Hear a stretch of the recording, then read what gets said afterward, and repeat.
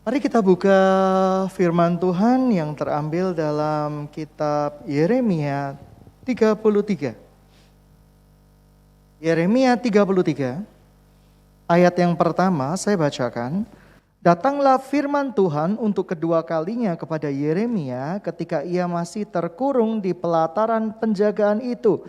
Bunyinya, beginilah firman Tuhan yang telah menjadikan bumi dengan membentuknya dan menegakkannya. Tuhan ialah namanya.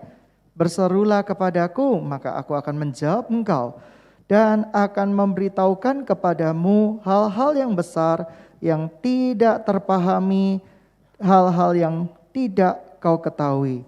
Sebab beginilah firman Tuhan Allah Israel mengenai rumah-rumah di kota ini dan mengenai gedung-gedung istana Raja Yehuda yang dirobohkan untuk dipakai terhadap tembok-tembok pengepungan dan pedang.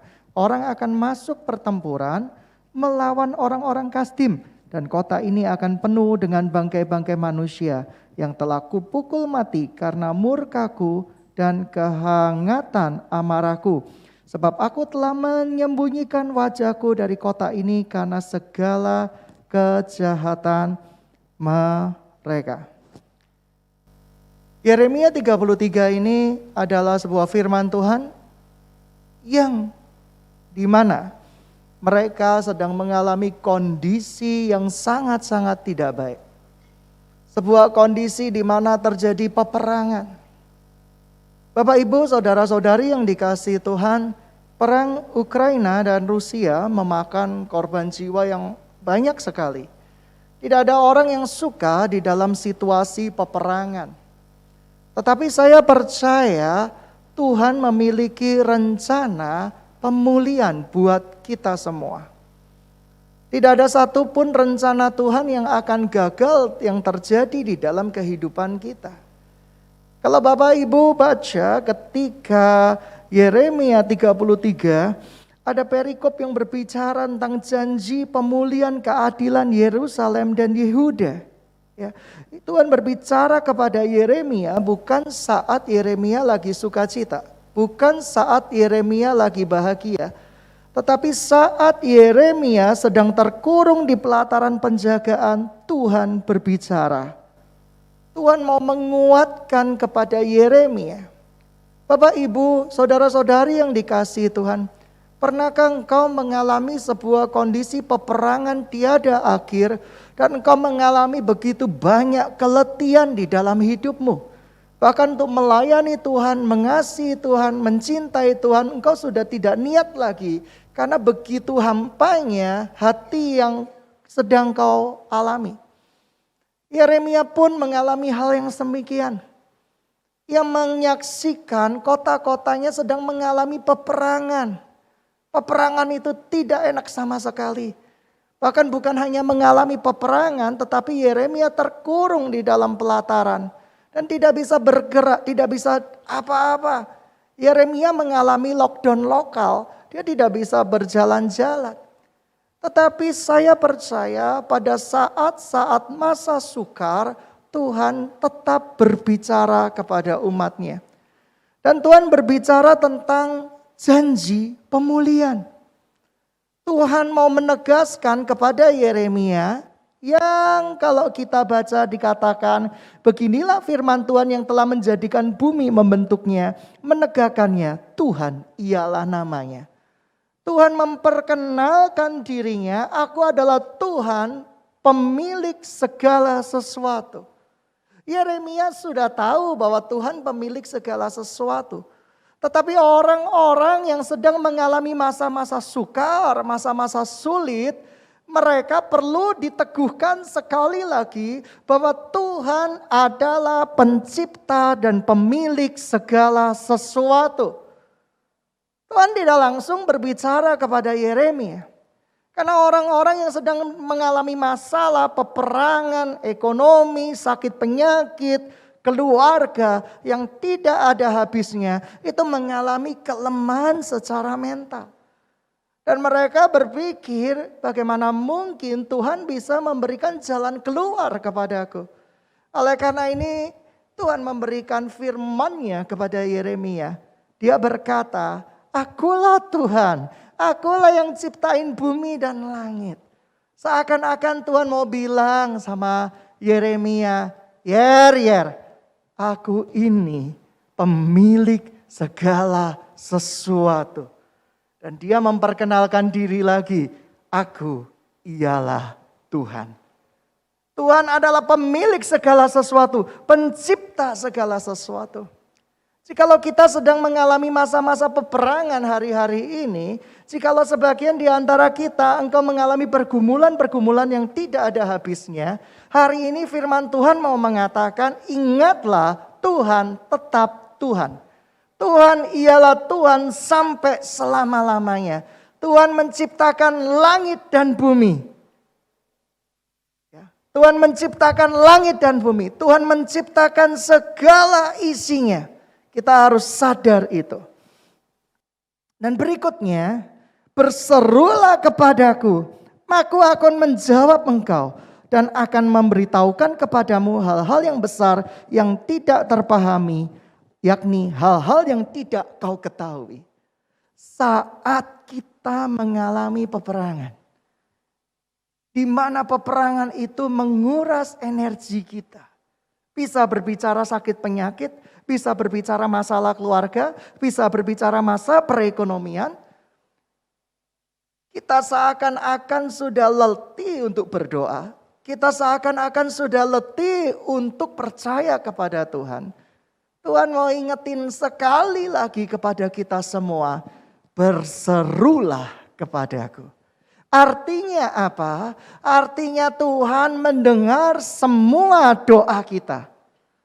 Sekali lagi, Tuhan mendengar semua doa kita. Walaupun doa kita kelihatannya bagi kita sendiri tidak ada artinya. Saat engkau letih, engkau gak bisa bangun, engkau gak bisa berlutut, engkau hanya bisa mengerang di tempat tidurmu, menangis di tempat tidurmu. Percayalah, seruanmu tetap didengar oleh Tuhan. Dan bahkan Tuhan berkata, berserulah kepadaku, aku akan memberitahukan hal-hal yang besar. Aku akan memberitahukan solusi, aku akan memimpinmu kepada jalan keluar. Ketika kita sedang mengalami masa-masa kesesakan, jangan pernah kurangi keyakinan kita bahwa Tuhan adalah Tuhan. Tuhan adalah penguasa langit dan bumi. Dan yang kedua, berserulah kepada Tuhan. Tuhan berkata kepada Yeremia, karena saya percaya Yeremia sedang mengalami masa sesak. Sehingga mau ngomong sama Tuhan aja begitu sukar. Mungkin di benak pikiran Yeremia, jangan-jangan Tuhan sudah tidak peduli lagi kepada umatnya. Jangan-jangan aku disingkirkan Tuhan. Jangan-jangan Tuhan memang gak sayang sama aku. Jangan-jangan keluargaku memang ditolak sama Tuhan. Pikiran-pikiran negatif itu datang. Tetapi Tuhan tahu pikiran-pikiran yang mungkin sedang terjadi kepada Yeremia ini. Dia berkata, berserulah kepadaku. Aku akan menjawab engkau. Aku akan memberitahukan kepadamu hal-hal yang tersembunyi, hal-hal yang besar yang aku akan singkapkan kepadamu. Bapak Ibu yang dikasihi Tuhan, ketika kita putus pengharapan, kita mau tergeletak di dalam masalah kita, atau kita mau bangkit dan berseru kepada Tuhan. Satu kali ada seseorang yang kena sakit kanker, sharing. Ya kan? Dia sudah kanker stadium 3. Awalnya sebelum dia tahu dia kena kanker, dia hatinya selalu bersuka cita. Selalu bahagia. Dia mengerjakan pelayanan dengan bahagia, bersuka cita. Suatu saat iseng-iseng tes. Dan ternyata hasil tesnya CEA-nya sangat melebihi normal. Dan ketika dites, dia menderita kanker. Dan sejak dia tahu, lucunya, dia menderita kanker, tidak butuh berapa lama. Hanya dalam 3 hari kesehatannya drop. Saya bingung. Tahu kok malah drop. Yang tadinya nggak tahu, kenapa ya biasa-biasa saja. Dia nggak merasakan sakit. Tetapi karena dia percaya dan memang bukti ilmiahnya menyatakan dia kanker, lalu dia mulai berpikir, sebentar lagi aku akan mati. Nah, orang yang berkata sebentar lagi aku akan mati, dia tidak akan mempersiapkan kehidupan dia. Karena fokusnya bukanlah kehidupan, tetapi fokusnya adalah mati. Dan sejak dia berfokus, aku akan mati. Berubah. Cerianya hilang. Sukacitanya hilang. Tertawanya hilang. Lelucon-lelucon yang sering dia lontarkan hilang semua. Tetapi dia konsentrasi terhadap sakit penyakitnya. Sidang jemaat yang dikasihi oleh Tuhan. Tidak usah kanker, tidak usah COVID. Besok kita dicium truk sudah pasti mati. Kita dicium nyamuk dan kita tidak tahu nyamuk itu berbahaya. Kita juga akan mati. Oleh karena itu jangan fokus dengan kematian. Tapi fokus dengan anugerah kehidupan yang Tuhan berikan kepada kita setiap hari. Dan banyak orang yang fokus dengan masalahnya. Dan masalah itu tidak akan menyelesaikan apapun, menambah kebaikan apapun di dalam kehidupan kita.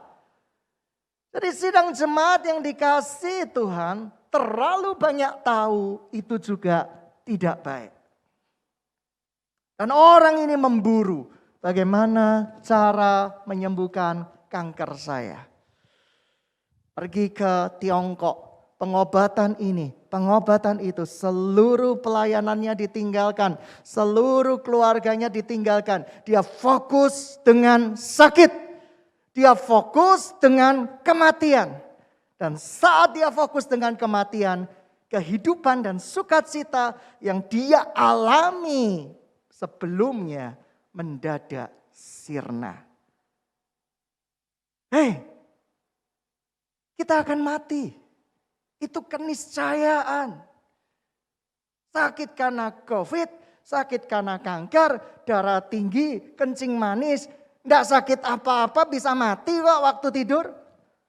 Oleh karena itu fokuslah dengan kehidupan kita yang sekarang. Bukan fokus kepada kematian. Karena fokus kepada kematian adalah kebodohan. Karena apa? Setiap orang pasti mati. Ngapain kita fokus dengan kematian? Oleh karena itu mari kita fokus dengan kehidupan. Selagi Tuhan kasih nafas, mari kita jadi berkat buat sesama. Kita jadi berkat buat keluarga kita. Kita jadi berkat buat orang tua kita. Kita jadi berkat buat teman-teman kita. Masalah-masalah selalu ada. Satu kali saya ada masalah. Saya ini tipikal enggak mau buat orang lain sedih. Padahal dia enggak ada masalah yang begitu berat. Tetapi saya terfokus dengan masalah itu. Saya takut kalau saya mendukakan orang lain. Saya takut kalau saya dianggap bukan anak-anak terang. Saya takut seperti ini dan saya takut seperti itu. Berbulan-bulan masalah yang kecil ini menjadi fokus perhatian saya. Saya berusaha untuk menyelesaikan dengan kekuatan, dengan kepandaian, dengan hikmat yang saya miliki. Tidak selesai, tidak selesai. Sampai satu saat Tuhan berkata, aku adalah Tuhan yang pegang kendali. Aku memiliki proses di dalam kehidupanmu. Yang kamu perlu lakukan adalah bertindak dengan iman. Yang perlu kamu lakukan adalah berdoa kepadaku. Sejak saat itu beban saya mulai berkurang.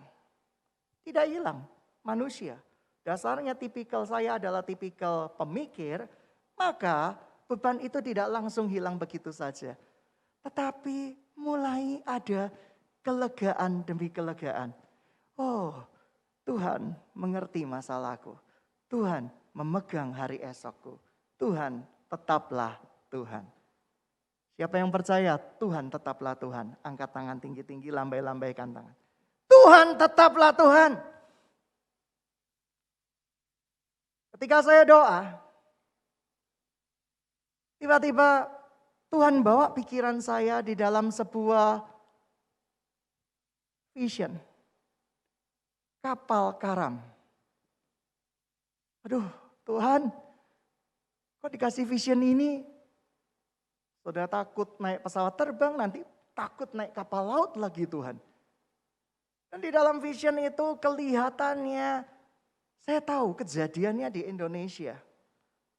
Buru-buru saya buka Google. Loh, persis ini yang saya lihat. Kapal itu adalah kapal penyeberangan yang kelebihan muatan. Kelebihan muatan, tenggelam. Tuhan bicara, seringkali orang melupakan tujuan hidupnya. Kapal tujuannya adalah didesain untuk keamanan. Orang-orang yang naik kapal, ada satu tujuan dari kapal itu, supaya orang-orang yang ada di dalam kapal itu pergi ke tempat tujuan dengan selamat. Tuhan bicara. Dan Tuhan berkata, betul? Ya pasti betul. Tetapi banyak sekali orang-orang memanfaatkan kapal itu untuk tujuan yang berbeda. Dengan alasan ekonomi, anak buah kapalnya mengangkut penumpang secara berlebihan, mengangkut barang secara berlebihan. Padahal kapasitas itu sudah ada batasnya. Kapal itu kapasitasnya sudah ada batasnya. Tetapi tidak peduli karena tujuannya adalah ekonomi. Bukan lagi tujuannya mengantarkan penumpang dengan aman dan selamat pergi ke tujuan. Kapal itu sudah berubah fungsi menjadi alat ekonomi. Dan mereka tidak mempertimbangkan resiko-resiko yang ada. Mereka tetap menampung banyak orang, menampung banyak orang, menampung banyak orang. Dan kapal itu karam. Lalu di hati saya muncul pengertian. Seringkali kita seperti kapal itu.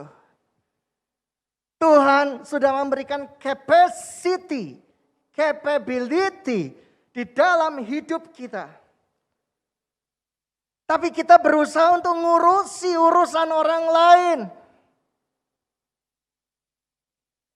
Ayah kita pikirin. Ibu kita pikirin. Anak-anak kita pikirin. Bukan hanya dipikirin, tapi dipikir-pikir, betul-betul dipikir. Diri kita dipikir. Sekeliling dipikir, kerjaan dipikir. Kita seakan-akan menjalimi Tuhan. Kita seakan-akan menjadi Tuhan yang bisa menyelesaikan semua permasalahan yang terjadi di dalam kehidupan kita dan orang lain. Dan tanpa terasa kapal kita diisi oleh tujuan-tujuan yang lain. Diisi oleh peperangan-peperangan orang lain. Diisi dengan keluhan-keluhan orang lain. Dan tinggal tunggu saatnya. Kapal itu akan karam. Kapal itu akan tenggelam. Saya terkejut. Saya tidak mau seperti itu Tuhan. Karena saya tipikal berpikir. Ketika ada anak rohani datang, saya rindu menikah. Oke, saya berpikir bagaimana mendoakan dia supaya dia bahagia. Ada anak rohani datang, saya butuh rumah. Oke, saya bukan gembala yang omong doang. Saya menjadi pelaku kebenaran firman Tuhan. Oke, saya tuntun sampai mendapatkan rumah. Tapi suatu saat Tuhan berkata, it's not your war. Tiap orang punya peperangan. Dan engkau berusaha untuk mengambil alih peperangan mereka. Padahal tujuan dari peperangan adalah melatih iman mereka. Dan stop dengan tujuan-tujuan yang tidak seperti tujuan semula. Mulai sadar saya. Tidak langsung, namanya sudah di grand design dari kecil seperti itu. Pelan-pelan ada orang yang bilang, saya butuh rumah, oke saya doakan. Saya tidak terlibat di dalam peperangan mereka, is your war sendirilah. Percaya enggak? Saya lebih dekat sama Tuhan. Percaya enggak? Saya lebih lega. Kadang kita tidak sadar dengan kapasitas kita. Akhirnya enggak ada satupun yang kita bisa lakukan dengan baik. Enggak satupun kita jadi berkat. Kita pemimpin, tapi enggak satupun tindakan kita jadi berkat dan jadi contoh. Sidang jemaat yang dikasih Tuhan. Kadang kita ini sibuk menghias aksesoris kapal kita. Dikasih furniture, dikasih sofa supaya orang nyaman. Bolehlah, tidak masalah. Tapi itu bukan tujuan dari kapal. Tujuan dari kapal adalah keselamatan penumpang. Tetapi kita sibuk dengan memperbesar aksesoris. Sehingga kita lupa dengan tujuannya. Suatu saat saya didik saudara saya. Di sebuah toko. Saya ingat persis saya didiknya seperti apa. Saya dimarahi. Saya disalahpahami. Karena saya melatih dia untuk menjual barang. Tapi dia sibuk menata barang. Ini sebuah konsep yang berbeda. Saya akhirnya bilang, apalagi yang harus ditata? Setiap hari menata. Oke, itu bagus.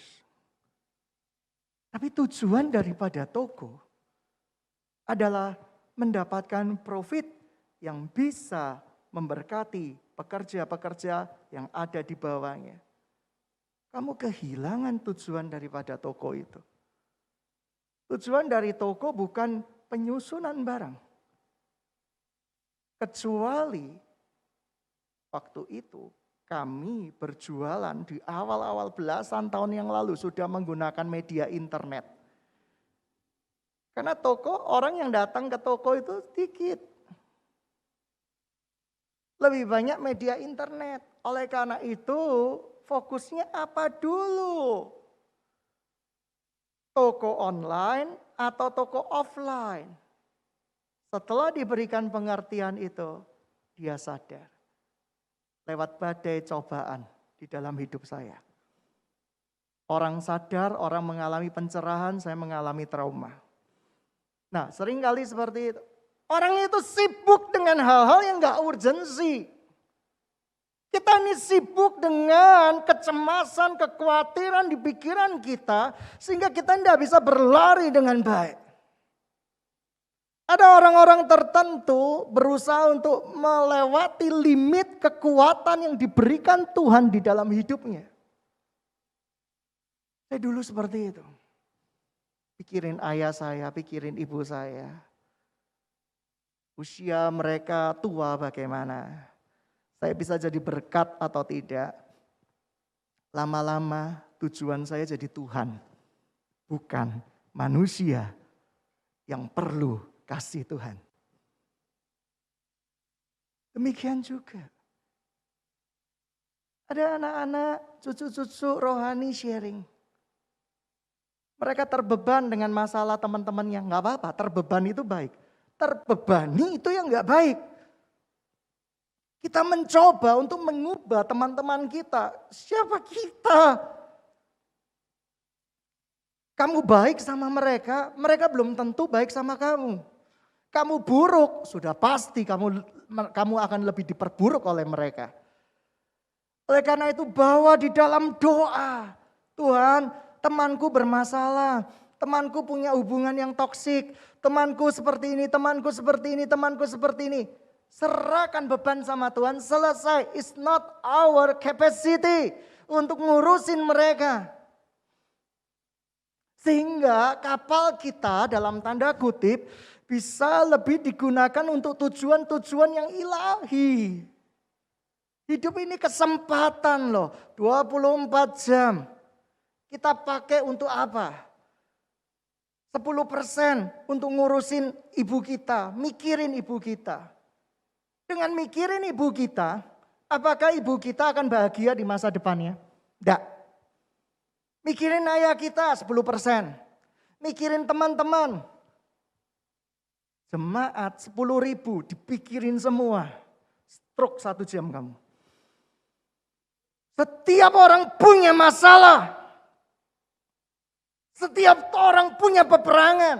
Tujuanmu bukan jadi saviornya mereka. Cukup. Itu tugasnya Tuhan Yesus.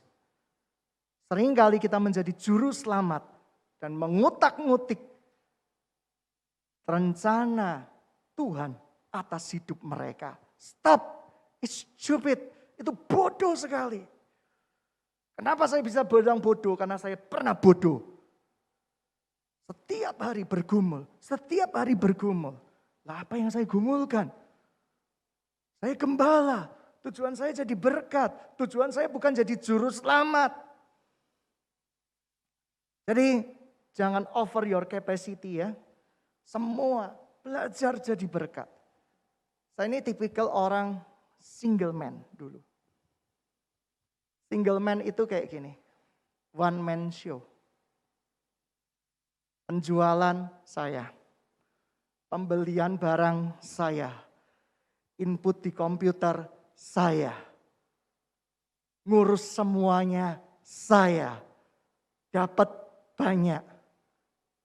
Keluar juga banyak. Sakit. Saya untuk kompensasi waktu awal-awal saya merintis sebuah usaha.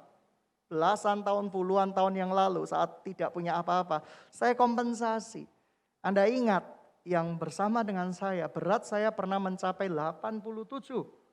Tidak kelihatan toh, tidak kelihatan. Pipinya bengkak, betul. Perutnya bengkak, seperti itu.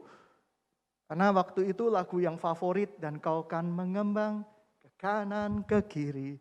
Keturunanmu kan memperoleh bangsa-bangsa. Jadi saya megah sekali. Tapi itu tidak baik.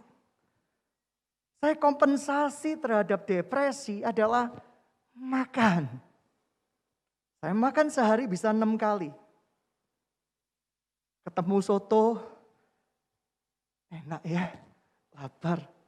Makan separuh porsi Pak, separuh porsi. Total kalori 4.000 misalnya, seperti itu dengan jeroan masalahnya. Setelah itu lihat lagi orang, es chow. Oh aku haus, saya beli. Malamnya saatnya aku bahagia.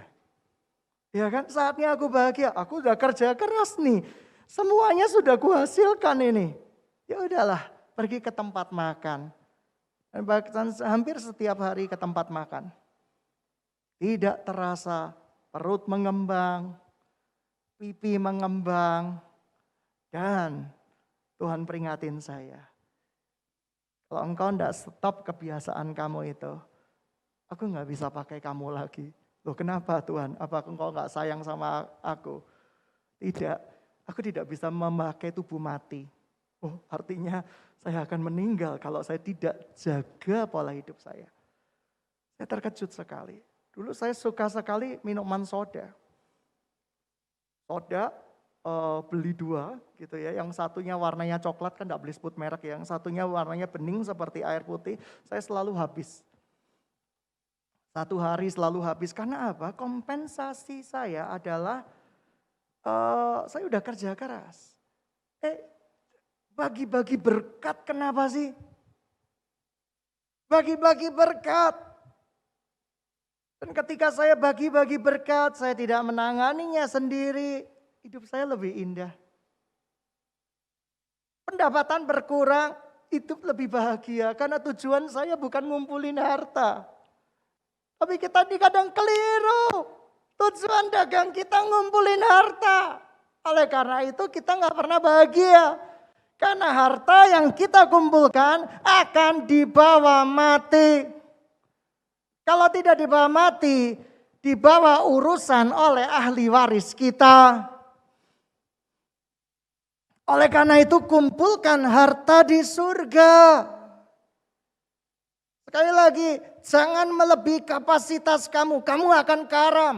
Jangan melebihi kekuatan yang Tuhan sudah berikan kepada kamu. Kamu akan karam. God is enough. Tuhan lebih daripada cukup untuk kita semua. Berikutnya. Dikatakan pada ayat yang ke-6. Sesungguhnya aku akan mendatangkan kepada mereka kesehatan dan kesembuhan. Dan aku akan menyembuhkan mereka. Dan akan menyingkap kepada mereka kesejahteraan, keamanan yang berlimpah-limpah. Tuhan akan, will. Artinya apa? Tuhan pasti pulihkan kita. Karena tujuan Tuhan adalah memulihkan umatnya. Rancangan Tuhan kepada kita adalah pemulihan. I will. Belum terjadi, tapi pasti terjadi. Tidak mungkin tidak terjadi. Kamu sakit, kamu pasti dipulihkan. Dengan cara apa? Kalau perlu, dengan kematian. Sudah bebas dari sakit. Tapi kamu pulih. Sidang jemaat yang dikasihi oleh Tuhan. I will. Aku akan. Aku pasti mengerjakan. Tunggu ya. Sabar ya. Aku mendengar kok doa-doa kamu. Aku bukan berhala yang tidak bisa mendengar doa.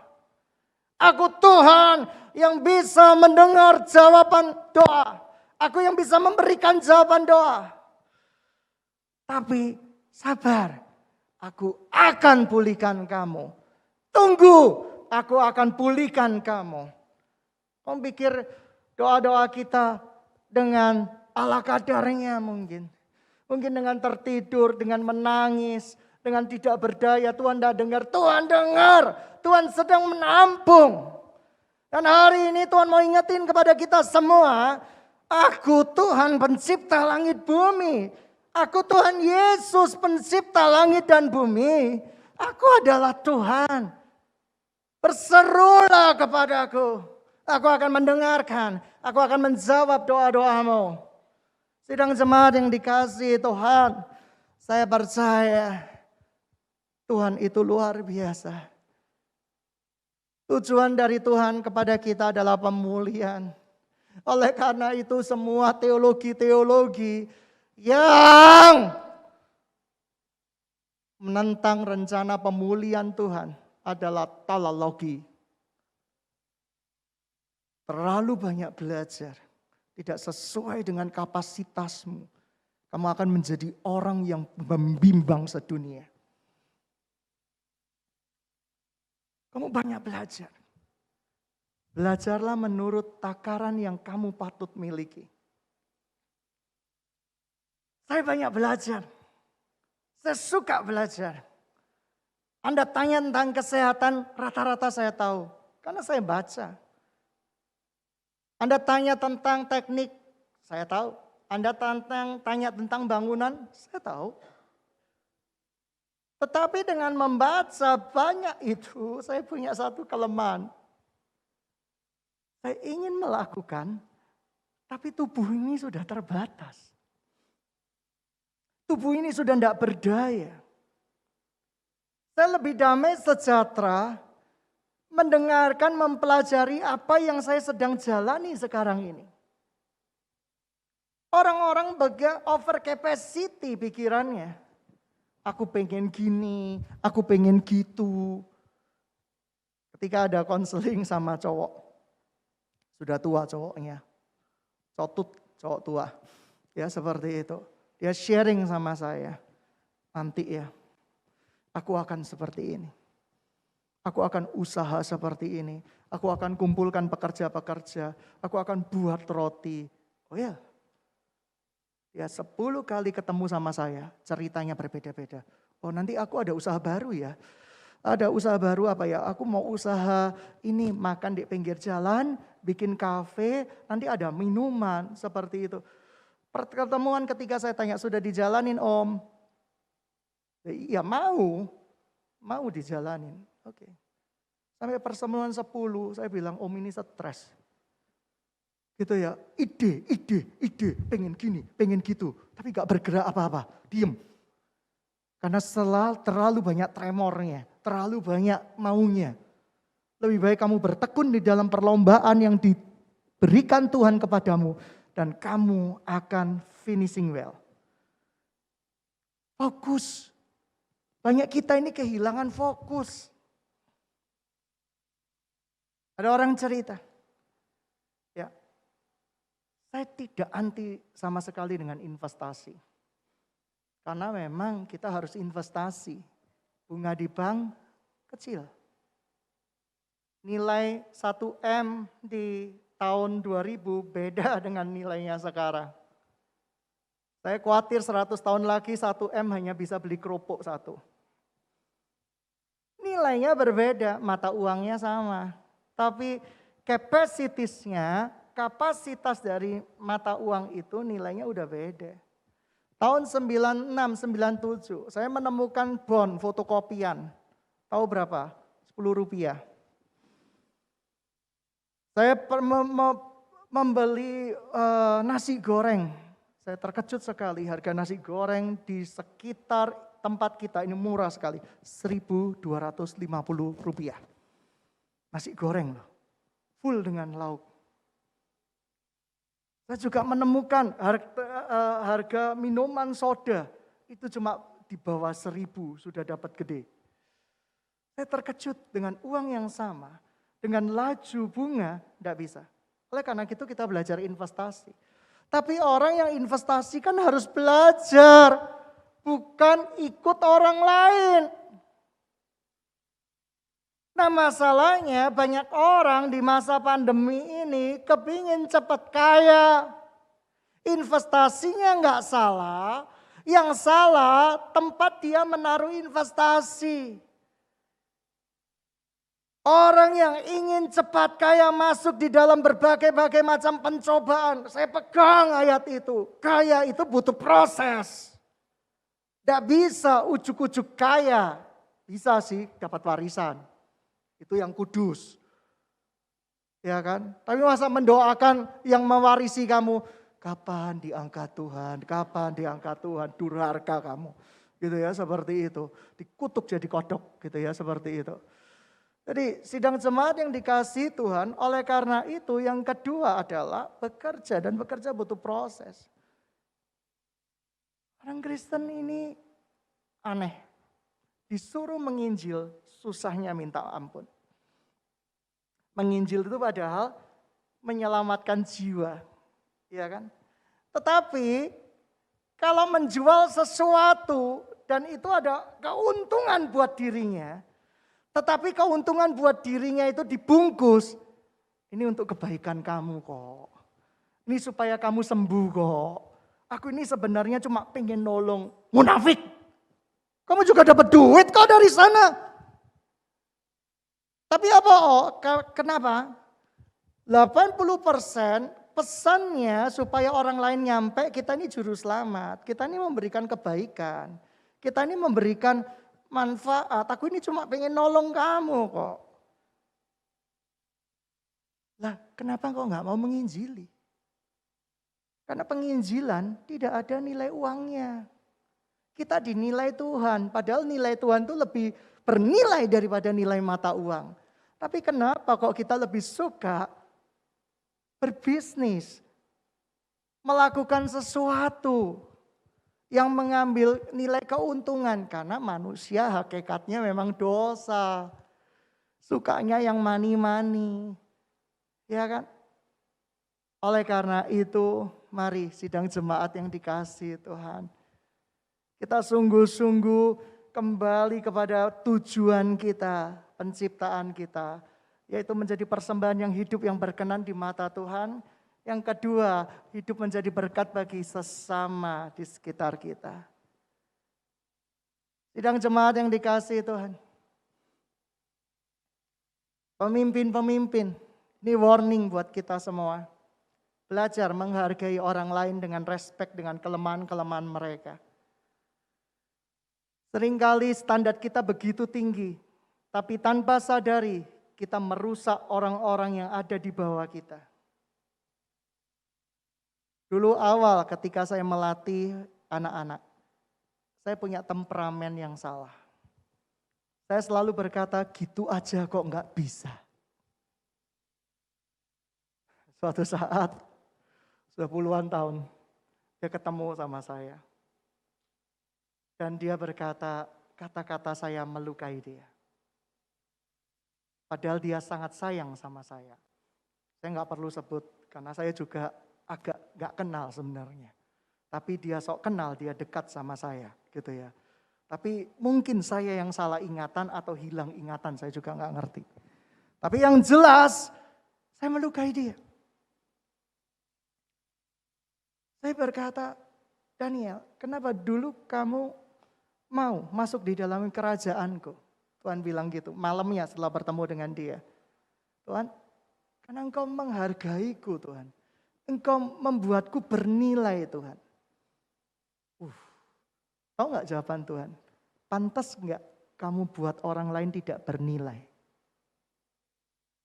Waduh, jebakan Batman ini tiwas saya jawab. Harusnya saya tidak jawab sama sekali, no comment Tuhan. Gitu ya. Pantaskah membuat orang lain itu tidak terasa bodoh, stupid? Hentikan kamu. Karena apa? Karena kamu pun mau bekerja di ladangku. Karena aku memberikan nilai di dalam hidupmu. Saya terkejut. Makanya banyak orang ya. Mau dalam tanda kutip saya tanya, kenapa kamu keluar dari kantor itu? Itu sudah puluhan juta, sudah ratusan juta. Kenapa kamu mau masuk di dalam pelayanan yang digaji pas-pasan? Tahu nggak jawaban orangnya apa? Karena aku bernilai di sini. Nilaiku 100 juta di sana, tapi aku dianggap sampah. Ngelakuin ini salah. Ngelakuin ini salah. Main musik di bar misalnya. Kunci C. Sering. Kurang. Bodoh kamu. Dilempar sandal. Karena ada banyak rohani yang berbungkus seperti itu. Dilempar sandal ketika tidak sempurna musiknya. Akhirnya dia memilih untuk melayani di sebuah tempat kecil dengan keahliannya. Kenapa? Gajinya kecil. Nilainya itu loh gede. Dia dianggap bermanfaat dan bernilai. Pemimpin-pemimpin. Belajar. Jangan sampai speak kita. Ya, ucapan kita. Atau bahasa gaulnya. BA gitu ya.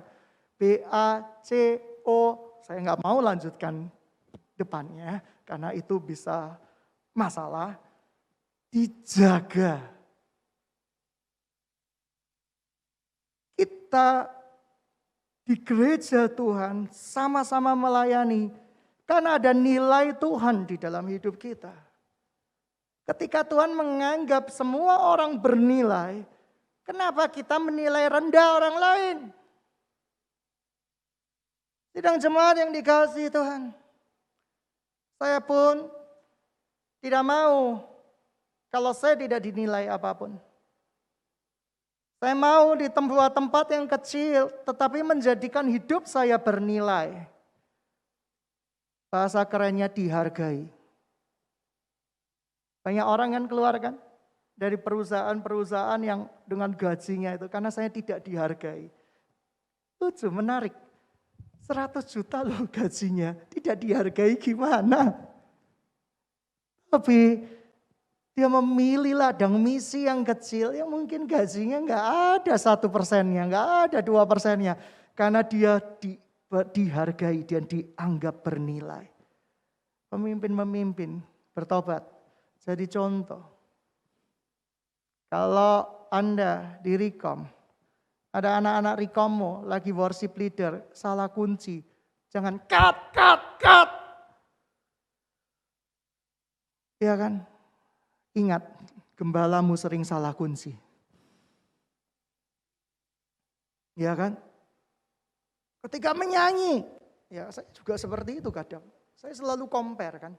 Saya compare, ini worship leadernya kok nyanyinya ngelior ya. Tapi Tuhan ingetin, kamu ingat nggak? Waktu kamu nyanyi kamu merasa bagus nggak? Bagus. Orang di sekitar kamu belum tentu. Ya kan? Belum tentu kita nyanyi kan seperti itu. Ku nyanyi, Hosana. Terdengar merdu di telinga kita. Di telinga orang lain bergiding ya kita nggak tahu. Seperti itu, ini lagu apa ya? Lagu apa ya? Oleh karena itu, mari kita harus selalu ingat, respect sama orang lain, hargai orang lain. Karena kita sama-sama melayani Tuhan di tempat ini. Hargai gembalamu, gembalamu bukan jongosmu. Hargai pelayan-pelayan Tuhan yang lain. Karena ada orang yang gak menghargai gembala. Saya tidak diminta apa-apa. Jam 1 pagi ditelepon untuk urusan tidak penting. Sakit perut. Ya ke belakang kalau mau sakit perut itu. Jam 2 pagi. Ditelepon miss call 7 kali. Untuk kepentingan apa? Gak bisa tidur. Oh pikir saya teman tidur apa? Gitu ya, jadi hargai dikit lah. Ada nilai-nilai waktu. Waktu orang sudah istirahat ya jangan gitu ya. Ya kecuali untuk urusan urgent. Saya kalau urusan urgent pasti bangun kok seperti itu. Pak Pendeta, aku mau meninggal. Oh pasti itu urgent kan. Saya enggak mungkin bilang bahwa besok ya, besok. Sabar besok. Tapi kalau urusan enggak penting banget. Gak penting bagi lu gembala. Tapi penting bagi gua. Sudahlah gitu ya. Jangan banyak titik. Gitu ya seperti itu. Artinya apa? Tidak boleh seperti itu. Marilah firman Tuhan ini luar biasa. Menganggap satu orang lain itu lebih penting. Jangan mengutamakan kepentingan diri sendiri. Gereja yang saling menghargai dan saling mendukung, dia akan bertumbuh dengan murni. Karena ada pertumbuhan yang tidak dengan murni banyak. Ya kan? Undang orang, cerita isapan-isapan jempol, hahaha, hihihi, uang masuk, selesai, pulang. Gereja bukan PT, bukan perusahaan terbatas. Gereja adalah family. Ada tawa, ada canda, ada suka-suka. Ya kan? Kita bersama-sama. Amin. Jangan sukanya di Anda, dukanya di gembala. Ya kan? Gak boleh gitu, curang itu. Ya seperti itu. Kalau pergi ke restoran ternama, posting-posting di IG, gembala nggak diajak-ajak. Tetapi kalau ada masalah, gembala ditelepon terus. Dikejar. Seperti debt collector bahkan. Debt collector aja lebih rohani. Ya dikejar terus, pagi, siang, malam. Seperti itu. Aduh, yang benar aja. Kita melayani bersama-sama. Kita bertumbuh bersama-sama. Dan kita akan masuk ke dalam surga bersama-sama. Dan berikutnya, ayat 6, sesungguhnya aku akan mendatangkan kepada mereka kesehatan, kesembuhan, aku akan menyembuhkan mereka, akan menyingkapkan mereka kepada kesejahteraan, keamanan yang berlimpah-limpah. Janji Tuhan, kesehatan, kesejahteraan, keamanan yang berlimpah-limpah, ini janji Tuhan. Jadi hentikan sebuah pemahaman-pemahaman, doktrin-doktrin yang berkata, kesembuhan itu Tuhan tidak mau. Doktrin yang menderita terus menerus. Pokoknya ya tidak apa-apa menderita. Menderita karena kehendak Tuhan itu kebahagiaan loh.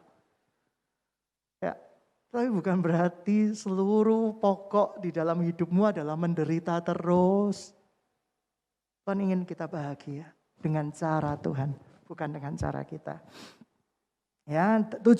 Aku akan memulihkan keadaan Yehuda dan Israel dan akan membangun mereka seperti dahulu.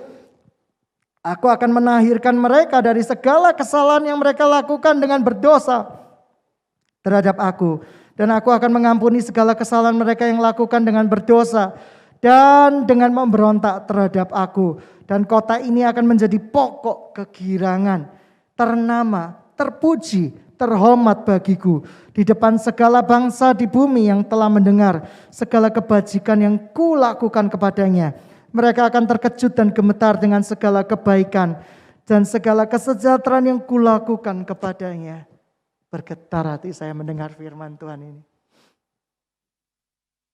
Ketika Tuhan memulihkan kondisi Sion, keadaan kita seperti orang bermimpi.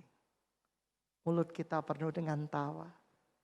Tuhan menantikan pemulihan. Tuhan akan melakukan pemulihan. Kamu lihat masalahmu. Serius. Angkat tangan kanan. Tinggi-tinggi. Ya, saya tidak sedang menghipnotis Anda. Tatap tangan ini. Ini masalah-masalah. Lihat masalah-masalah. Serius. Ini masalah banyak. Anak, duit, sakit, penyakit, rambut rontok, gizi kurang, gigi putus, geram bungsu tumbuh, gigi tidak rata, pengen dikawat. Ini masalah kan? Masalah.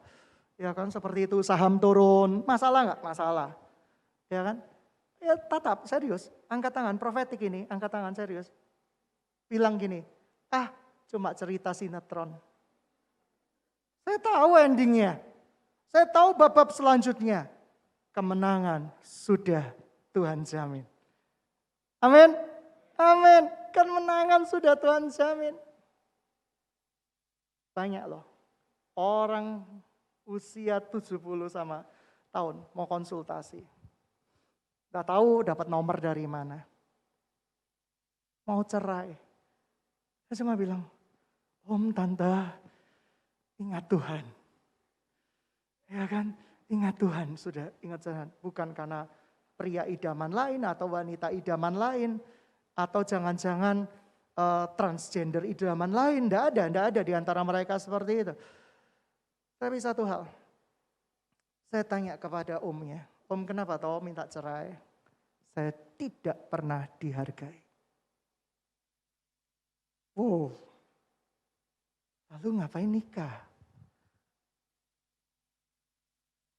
Omnya ngelap mobil, kurang bersih.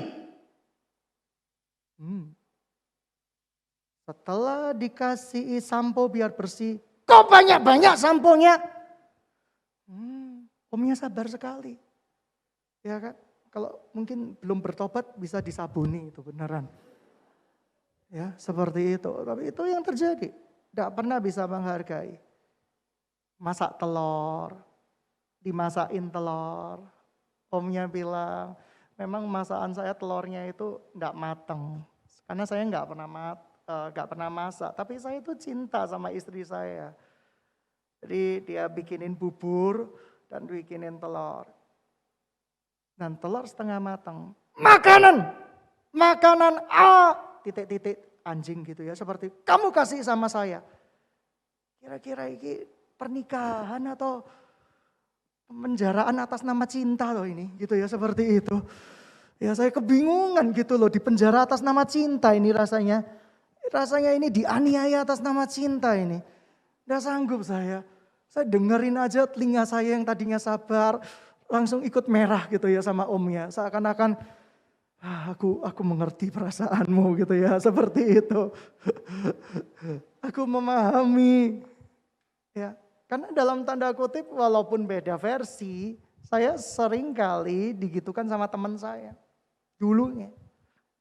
Karena mungkin saya enggak terlalu pandai sehingga saya ngerjakan sesuatu cuma 2 lembar, pupuk bawang aja.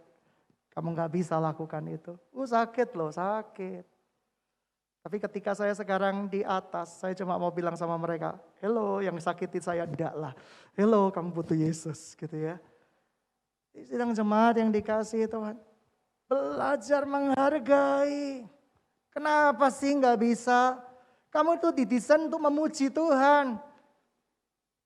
Kalau sampai ada om-om, tante-tante, adik-adik semua berkata, aku memang desainnya gini. Berarti kamu masuk neraka, ya kan? Karena di neraka kutuk, sumpah serapah, dan segala macam yang lain. Tapi kalau kamu didesain untuk masuk surga, hendaklah kamu menjadi surat pujian Kristus. Hendaklah kamu menjadi buku terbuka. Kamu itu telinganya jangan merah-merah, mau mendengar. Dan Tuhan akan ubahkan hidup kita. Siapa yang percaya kita akan dipulihkan? Amin. Angkat tangan. Lihat lagi sekali lagi. Masalah-masalah, sinetron sampah loh gitu ya. Ya, kita nggak mau lagi ikut sinetron-sinetron dalam tanda kutip happy ending. Tuhan sudah merencanakan semua kebaikan di dalam hidup kita. Mari pemain musik maju ke depan.